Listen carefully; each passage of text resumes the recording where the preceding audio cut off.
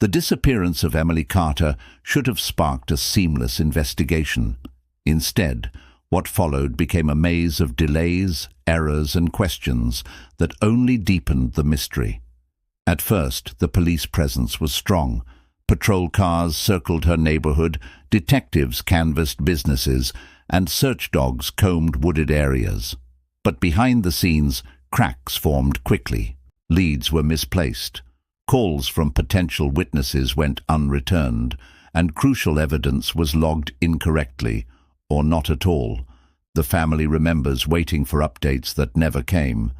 Days would pass in silence, broken only by vague reassurances that everything was being done.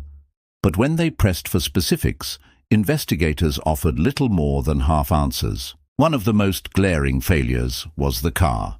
While it had been processed for fingerprints, none were ever matched, and the results were never shared with the family.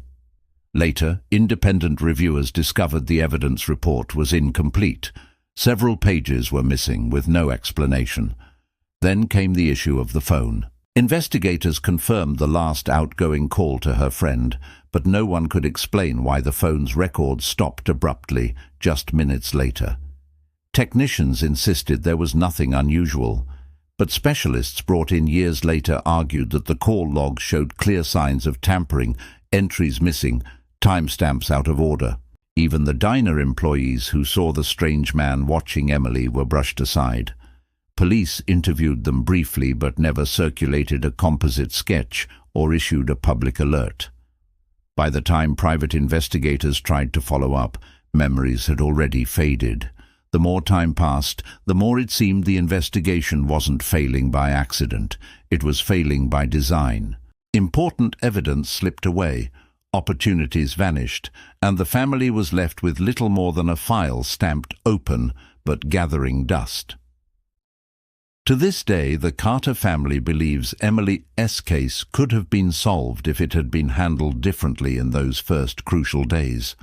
Instead, every failure stacked on the last, leaving a trail of frustration and suspicion. This was the investigation that failed. In Episode 5, we follow the voices of those who tried to speak up and how their stories may have been silenced. If you're still with me, like, share, and subscribe. Every action keeps this story alive and closer to the truth.